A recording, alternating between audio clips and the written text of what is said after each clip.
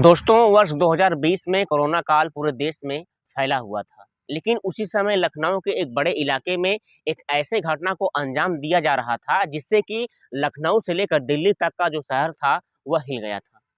इस घटना में 2 लोगों का मर्डर हुआ था और जिन 2 लोगों का मर्डर हुआ था वह मर्डर और कहीं नहीं बल्कि जो है रेलवे के एक बड़े अधिकारी के एक बंगले पर हुआ था। दोस्तों, पुलिस वालों को 4 से 5 घंटे के बाद केस को समझ लिया था, लेकिन केस के पहलुओं को ये लोग नहीं समझ पा रहे थे।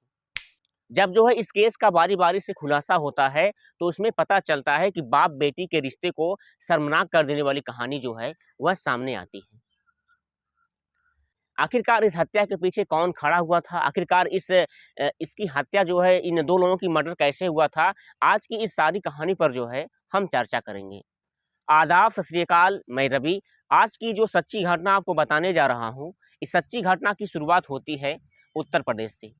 बात कर रहा हूँ उत्तर प्रदेश की राजधानी लगती है लखनऊ और लखनऊ की राजधानी में जो है एक पोस्ट इलाके के विवेकानंद मार्ग के ये जो कहानी है यह बंगला नंबर 9 की है। इसी बंगला नंबर 9 में जो है रेलवे के एक बड़े अधिकारी आर.डी. वाजपेयी जो है उनका एक आशियाना परिवार हुआ करता था। और दोस्तों 29 अगस्त 2020 को जो आर.डी. वाजपेयी होते हैं वह अपने लखनऊ के बंगले पर नहीं होते हैं, वह ड्यूटी के दौरान वह दिल्ली के जो है शहर में अपनी ड्यूटी जो है वह कर रहे होते हैं।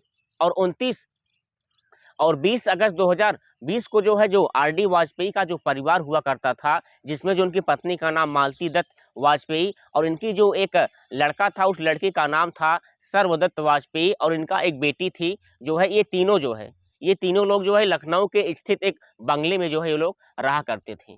और यहाँ अगर हम बात कर रहे हैं जो इनका एक बेटा होता है जिसकी उम्र 20 से 21 साल की होती है और जो लड़का होता है सर्वदत्त वाजपेयी वह लखनऊ के गोमती नगर से ग्रेजुएशन कर रहा होता है।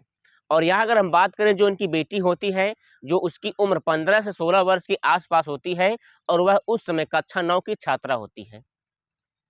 29 अगस्त 2020 को आर.डी. वाजपेयी जी का जो है जन्मदिन होता है और इनके सास ससुर अर्थात मालती के माता-पिता भी जो है वह जो है लखनऊ के एक दूर-दराज इलाके में वह भी जो है अपने परिवार के साथ रहा करते थे। 29 अगस्त 2020 को जो है कहानी यहाँ पर नया मोड़ लेती है। जो मालती की एक बेटी होती है जिसकी उम्र 15 वर्ष के आस-पास होती है, वह अपनी नानी को फ़ोन लगाती है और फ़ोन लगाने के बाद कहती है कि भैया और माँ उठ नहीं रहे हैं। इतना वह कहने के बाद वह ज़ोर-ज़ोर से रोने लगती है और जैसे ही वह ज़ोर-ज़ोर से रोने लगती है तो जो मालती के जो माता-पिता होते हैं, जो बेटी की नानी और नाना होते हैं, वे लोग जैसे इतनी वाक को सुनते हैं, सुनने के बाद वो लोग भी काफ़ी घबरा जाते हैं। वे दोनों क्या करते हैं आनन-फानन में जो है वे लोग उस मालती चौहान के लखनऊ के बंगले पर जो है वहाँ पर अपने परिवार के साथ वहाँ पर पहुँचते हैं। और जैसी जो बेटी होती है नानी और नाना को देखती है तो देखने के बाद फपक-फपक कर वह रोने लगती हैं। इसके बाद जैसी जो नानी नाना उस कमरे में हिलते हैं, हिलने के बाद जैसे जो है जहाँ पर मालती दत्त वाजपेयी और सर्वदत्त वाजपेयी जो होते हैं उस कमरे में हिलते हैं।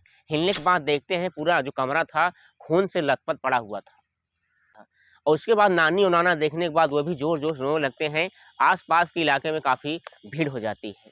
जैसे ही वो लोग उस कमरे में पहुँचते हैं, तुरंत जो है यहाँ पर नज़दीकी स्थानीय लोगों की मदद से वहाँ पर एम्बुलेंस बुलाया जाता है और एम्बुलेंस बुलाने के बाद उन्हें जो है एक दिल्ली एम्स अस्पताल में लिया जाता है। इसके बाद जो है दिल्ली एम्स अस्पताल में जो है वो डॉक्टर जहाँ वो होते हैं, वो जो है उन दोनों लोगों को मृत घोषित कर देते हैं।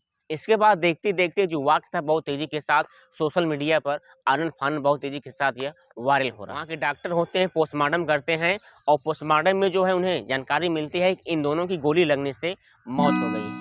दोस्तों, हम बात करें समय जो आर.डी. वाजपेयी होते हैं दिल्ली में वह कार्यरत होते हैं और जैसे ही जो आर.डी. वाजपेयी को जानकारी मिलती है तो वह भी जो है ज़ोर-ज़ोर से रोने लगते हैं। और उस समय जो है जो रेल मंत्री होते हैं वो पीयूष गोयल होते हैं और पीयूष गोयल को जैसे ही इसकी जानकारी मिलती है तो वह तुरंत उत्तर प्रदेश के जो माननीय मुख्यमंत्री योगी आदित्यनाथ जी होते हैं उनको जो इस मामले की जाँच पड़ताल करने के लिए कहा जाता है। जो योगी आदित्यनाथ जी होते हैं वह जो है उस समय जो है उत्तर प्रदेश के डीजीपी एसजी अवस्थी को इस जाँच पड़ताल करने की वह पेशकश करते हैं।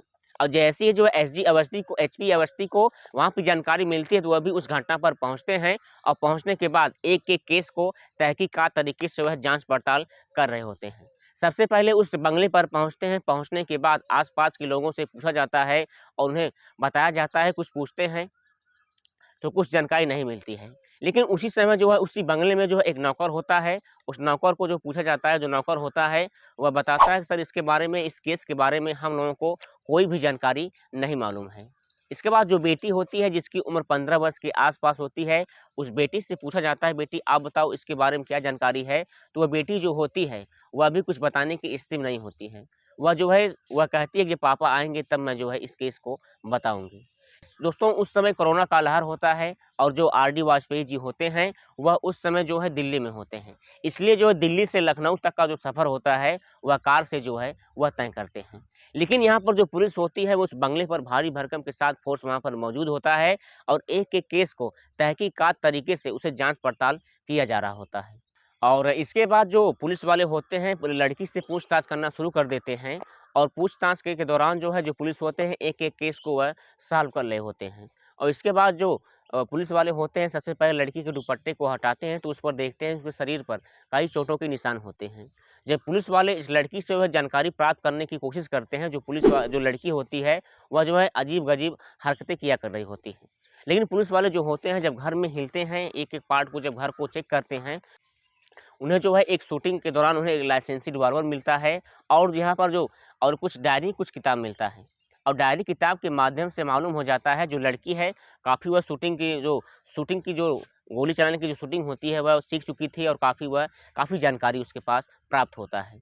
और इसके बाद जिस लाइसेंसी रिवॉल्वर मिलता है उसी लाइसेंसी रिवॉल्वर से जो है 2 गोली उसमें से निकली हुई थी और जो 2 गोली मिली हुई थी जो है एक मालती चौहान और एक जो है एक सर्वदत्त वाजपेयी के दौरान जो है उन्हें मिला हुआ था। और इसके बाद दिल्ली से लखनऊ तक का सफ़र जो आरडी वाजपेयी तय करके जो निकल चुके होते हैं, जैसे अपने आवास पर, जैसे अपने बंगले पर पहुँचते हैं, जो बेटी होती है उनसे मिलने के बाद ज़ोर-ज़ोर से रोने लगती है।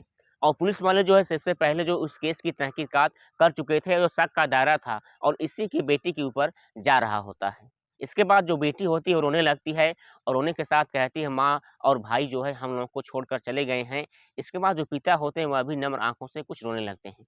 लेकिन इसके बाद जो पुलिस वाले होते हैं वह बताते हैं सर आपकी बेटी जो है वह जो है 2 लोगों की हत्या की है और जो गोलियाँ चली है इसी लाइसेंसी रिवॉल्वर से ही चली है। इसके बाद जो बेटी है वह बताती है पिताजी इस कमरे में भूत है, इसी भूत ने जो है हमारे हाथ से गोली चलवाई है, हमारे माता और भाई को यही भूत जो है मरवाया है। इसके बाद जो पुलिस वाले होते हैं वह जो है इस लड़की की अनाप-शनाप बातें को एक्सेप्ट कर रहे होते हैं। लेकिन जो आरडी वाजपेयी होते हैं वह कहते हैं हमारी बेटी जो निर्दोष है, इसे जो है कोई इसने गलती नहीं किया है। वह अलग-अलग प्रकार के आस-पास लोगों के ऊपर केस दर्ज कराते हैं और केस की खुलासा करने की पेशकश करते हैं। लेकिन यहाँ पर जो लड़की होती है वो लड़की जो है बताती है कि मैं जो है सुबह रात को 3 बजे उठती हूँ और 3 बजे उठने के बाद मैं जो है लाइसेंसी रिवॉल्वर से जो है मैं अपनी माँ को एक गोली मारती हूँ, बिल्कुल सटीक बैठता है। इसके बाद जो बंदूक होता है उसी बंदूक से मैं अपने भाई को गोली मारती हूँ, बिल्कुल सटीक बैठता है। दोस्तों निशाना इसलिए सटीक बैठ रहा था क्योंकि यह एक शूटर थी और इसके पहले जो है ये कुछ ट्रेनिंग ले चुकी थी। इसके बाद इस लड़की की पागल दिमागी स्थिति को ठीक नहीं करते हुए इसे के डॉक्टर के पास जो है ले जाया जाता है और इसका जो है काफ़ी हर तरीके से जो है इसका इलाज चल रहा होता है। दोस्तों इसके बाद जो है इस घटना के 1 वर्ष बाद जो है इस लड़की जो है अपने पिताजी के साथ रहने लगती है। लेकिन 1 वर्ष बाद जो लड़की होती है वह अपने पिता के ऊपर शोषण का आरोप लिखवाती है। और जैसे ही शोषण का आरोप लिखवाती है उसके साथ अपने बुआ की नाम भी लिखवाती है, जिसका नाम कुछ तिवारी होता है, उसके खिलाफ भी जो शोषण का आरोप लगवाती है। ये जो बुआ होती है उस कमरे में बार-बार भेजती हैं। इसके बाद जो पुलिस होता है पॉक्सो एक्ट के तहत जो है केस दर्ज कर लेता है और दर्ज करने के बाद आरडी वाजपेयी और उनके बहन को जो गिरफ्तार कर लिया जाता है। दोस्तों फिलहाल जो लड़की होती है उसकी दिमागी स्थिति ठीक नहीं बताया जाता है और दिमागी स्थिति ठीक न बताने के कारण उसको जो है इन दोनों लोग अस्थायी अपना स्टे ले लेते हैं।